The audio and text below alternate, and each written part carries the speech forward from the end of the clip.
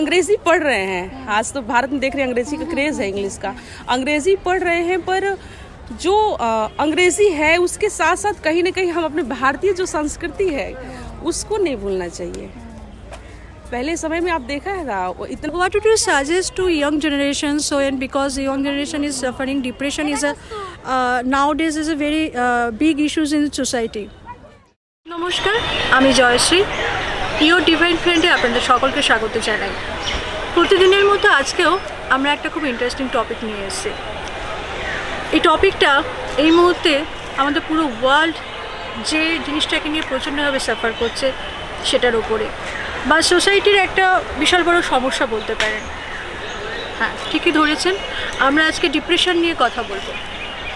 আজকে এই সময়ে দাঁড়িয়ে মানুষ সবথেকে বেশি যে জিনিসটাকে নিয়ে সাফার করছে সেটা হচ্ছে ডিপ্রেশন। আর এই ডিপ্রেশনের হাত থেকে আমরা কি করে সহজে বেরিয়ে আসতে পারি, বা অ্যাটলিস্ট আমাদের এই ডিপ্রেশনকে বা মন খারাপকে কি করে হ্যান্ডেল করতে পারি, দেখি না সবাই কি বলছে। তবে তার আগে বলবো, যদি আপনি আমার চ্যানেলটাকে এখনও সাবস্ক্রাইব করেননি তাহলে ডেফিনেটলি আমার চ্যানেলটাকে সাবস্ক্রাইব করুন।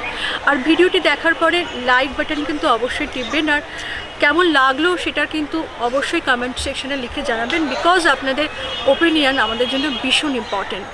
তাহলে চলুন আমার সঙ্গে দেখে নিই সবাই কী বলছে ডিপ্রেশন নিয়ে, কি বলছে ইয়ং জেনারেশন, কি বলছে আমাদের সিনিয়ররা।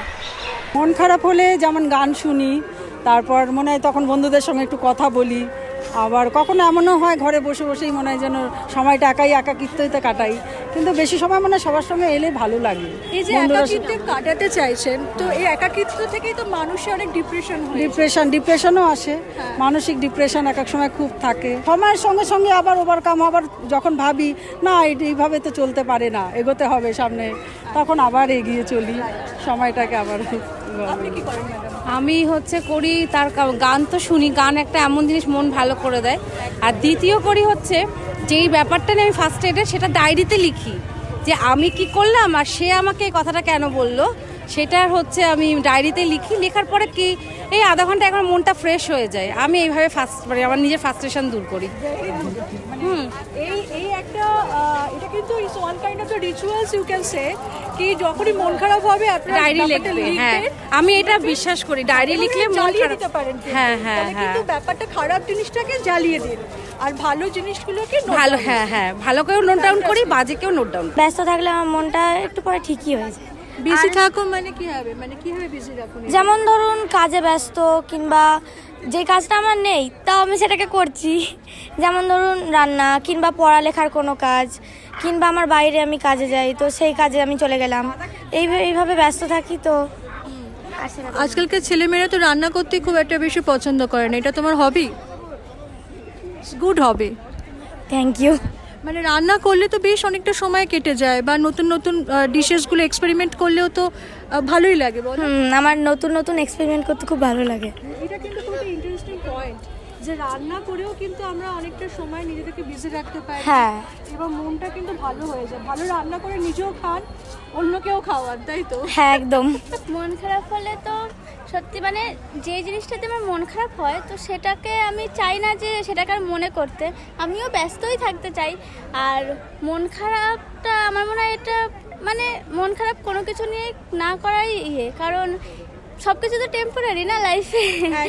তো এখন মন খারাপ হচ্ছে, পরে সেই জিনিসটাই হয়তো ভালোর জন্যই হয়েছে, এটা ভেবেই আমাদের সবসময় হ্যাপি থাকাই উচিত, আর হ্যাপি থাকলে সব কিছুই ভালো। How do you handle on that time when you feel sad? I just usually go through my Bible verses, and at times I go for cycling, and I'm interested in music, so I listen a lot of music, all the kind of melody, everything, and at times I draw painting also. I give to my friends also, I present them, so I can handle very well. So what would you suggest to young generation? So, and because the young generation is suffering, depression is a nowadays is a very big issues in society.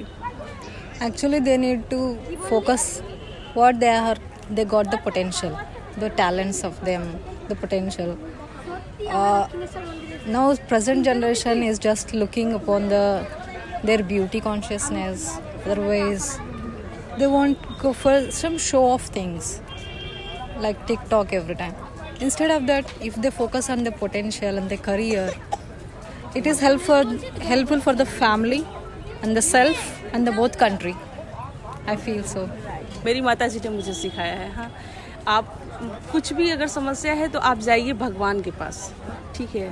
वो जैसे होता है ना, जड़ में हम पानी डालते हैं तो उसका असर पूरे प्लांट में होता है, पूरे पौधे को इधर उधर तनाव में जैसे फूल भी खिलता है, फल भी लगता है, ठीक वैसे ही यदि हम इधर उधर जाएंगे तो हमें कोई फ़ायदा नहीं है। यदि हम माता रानी के पास आते हैं, उनसे अपना निवेदन करते हैं, तो एक तरह से उनकी फ्रीक्वेंसी माने या जो भी उनका आकर्षण है, हमारा दिमाग शांत होता है।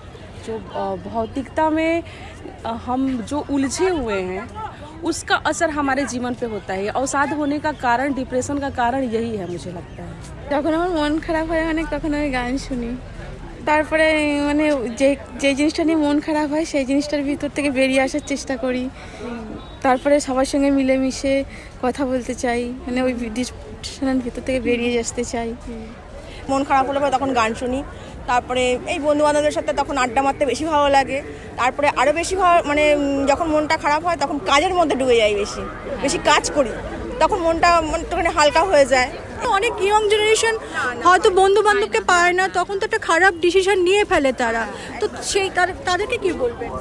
তাদেরকে বলবো এখনকার জেনারেশনটা ওরা ডিসিশনটা হুটপাট নেয়, কিন্তু সেরকমভাবে ডিসিশনটা না নিয়ে একটু ভাবনা চিন্তা করে, যেমন আমাদের মন খারাপ হলে একটু একা থাকি, হয়তো গান শুনি, কিন্তু তারপরে নিজেকে নিজে বোঝাই যে কি কারণে কি হচ্ছে, তো সেটা থেকে বেরিয়ে আসার জন্য যে কোনো ধরুন প্রত্যেকটা বাচ্চারই তো মা বাবা মানে এক্সপেক্ট করে যে কিছু না কিছু ছেলেমেয়ের জন্য ভালো, কিন্তু আজকালকার ছেলেমেয়েরা তো আবার সেটাও চিন্তা করে না, যে কোনো কাজ একটা করে বসে, তারপরে তো সেটা মা বাবারই একটা দুঃখের ব্যাপার হয়ে দাঁড়ায়। সেটা আরও জিনিস মনে হয় যে এখনকার দিনে মানুষের খুব ইগো প্রবলেম, মানে আমি হচ্ছে আমার মনের দুঃখটা কাউকে বলছি, সে হয়তো সেই ব্যাপারটা নিয়ে কি ভাববে না ভাববে, সেই জন্য এখনকার জেনারেশন কাউকে কিছু বলতে চায় না নিজের প্রবলেমগুলো। কিন্তু আমি মনে করি আমাকে যা যে ইচ্ছা ভাবুক, আমি মনে বলে তো পরিষ্কার হয়, আমার মধ্যে ইগোটা রাখলে পরে ইগো থেকেই মানে মনের মধ্যে যাদের ইগো থাকে না তারা সবাইকে সব কিছু খুলে বলতে পারে না, সেখান থেকে ফ্রাস্ট্রেশনটা বেশি আসে। Spirituality is the best way, वो तो मैं भी मानती हूँ कि, लेकिन সবাই না এই স্পিরিচুয়ালিটিটা বুঝতে পারে না। नहीं अगर समझते हैं तो हम उनके लिए बोलेंगे कि वो जन सेवा करें, ठीक है। जैसे हमारे घर के हमारे माता पिता हैं, उनका मतलब थोड़ा सा हम समय उनको दें, और समाज के जो लोग हैं, हाँ, जो वंचित लोग हैं, दुखी लोग हैं, उनकी हम मदद कर सकते हैं, ठीक है। उनसे हमको क्या बोलते हैं, मर्सी एक चीज़ होती है ना, जिसके ऊपर होता है, मर्सी जिस पे करते हैं उसको तो अच्छा लगता है, प्लस करने वाले को भी एक अलग अनुभूति होती है। पहले तो हमारी जो शिक्षा है, ठीक है, शिक्षा सबसे ज़्यादा ठीक है। हम अंग्रेज़ी पढ़ रहे हैं, आज तो भारत में देख रहे हैं अंग्रेज़ी का क्रेज़ है, इंग्लिश का, अंग्रेज़ी पढ़ रहे हैं, पर जो अंग्रेज़ी है उसके साथ साथ कहीं ना कहीं हम अपने भारतीय जो संस्कृति है उसको नहीं भूलना चाहिए।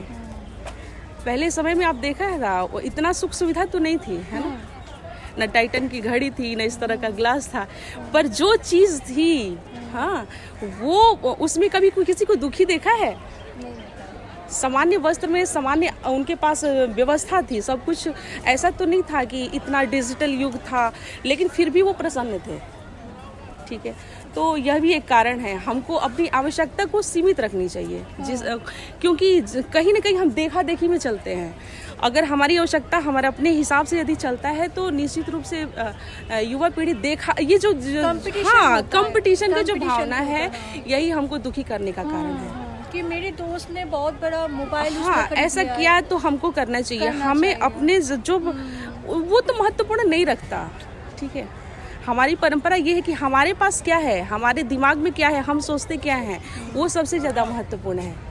মানুষ যখন আছে সমস্যা তো থাকবেই, তা সমস্যা যখন খুব বেশি বেড়ে যায় বা যদি সন্তান নিয়েই বেড়ে যায়, আমি নিজে নিজে প্রথমে একটু ঘরে একা একা থাকি, চোখটা বন্ধ করেই নিজের গুরুদেবের নাম করি, করে করে নিজেই ভাবি যে এক সময় তো আমি এই বয়সে ছিলাম, আমিও অনেক অন্যায় করেছি। সেই জিনিসটাকেই যদি আমি নিজের করে ভেবে যদি ওকে আমার মতো করে বোঝাই, তাহলে হয়তো আমার সাথে সব কিছু শেয়ার করবে। আর একটু ভাবি হয়তো আমি যা আছি তার থেকে আরও খারাপে অনেকে আছে, কিন্তু সেইটাকে নিয়ে চললে তো হবে না। আমি মনে করব আমি সবচেয়ে ভালো আছি, তাহলে আমি ভালো থাকবো। আর আমার যখন মন খারাপ করবে আমি এই ব্লগটাকে খুলবো, মানে এই আজকের কন্টেন্টটাকে খুলবো আর এই 5 জন সুন্দরীকে দেখবো, আমার মন এমনিই ভালো হয়ে যাবে। আপনারাও সেই জিনিসটা করতে পারেন। কিন্তু তো বন্ধুরা, আজকে আমি তোমাদের সঙ্গে সঙ্গে কিন্তু আমিও অনেক কিছু শিখলাম, অনেকের কাছ থেকে অনেক কিছু শুনলাম, জানলাম। এটা কিন্তু আমাকেও অনেক রকমভাবে হেল্প করছে।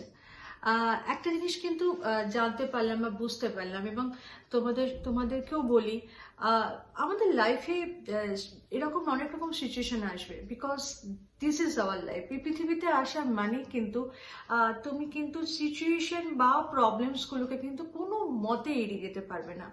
আগে এই জিনিসটা কিন্তু মাথার মধ্যে রাখো, পৃথিবীতে এসছো মানেই তোমাকে প্রবলেমের সম্মুখীন হতেই হবে। সেটা যে কোনো জিনিস হতে পারে, তোমার ব্রেকআপ হতে পারে, তোমার ফিনান্সিয়াল লস হতে পারে, তোমার চাকরি চলে যাওয়া হতে পারে, তোমার বিজনেসটা ঠিকঠাক করে দাঁড়াচ্ছে না হতে পারে, বা রেপুটেশন নিয়ে কেউ কিছু বলতে পারে, বা তোমাকে কেউ মিথ্যে অপবাদ দিতে পারে, অনেক কিছু হতে পারে, ঠিক আছে? কিন্তু এইগুলোই তো হবে, এইগুলোই তো লাইফ। কিন্তু সিচুয়েশন থেকে পালিয়ে যাওয়াটা কিন্তু কোনো মনুষ্যত্বের কাজ নয়, কোনো ভালো কাজ নয়। ইফ ইউ থিঙ্ক কি আমি ওই সিচুয়েশনটা থেকে পালিয়ে যাব, তাহলে বোধহয় আমার শান্তি।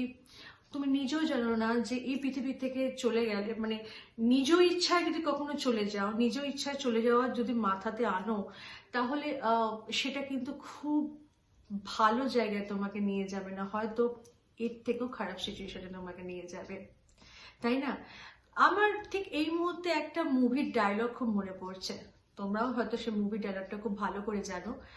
সেটা হচ্ছে কি, উপর ওয়ালে কে ঘর পে দের হে আন্ধেরা নেই।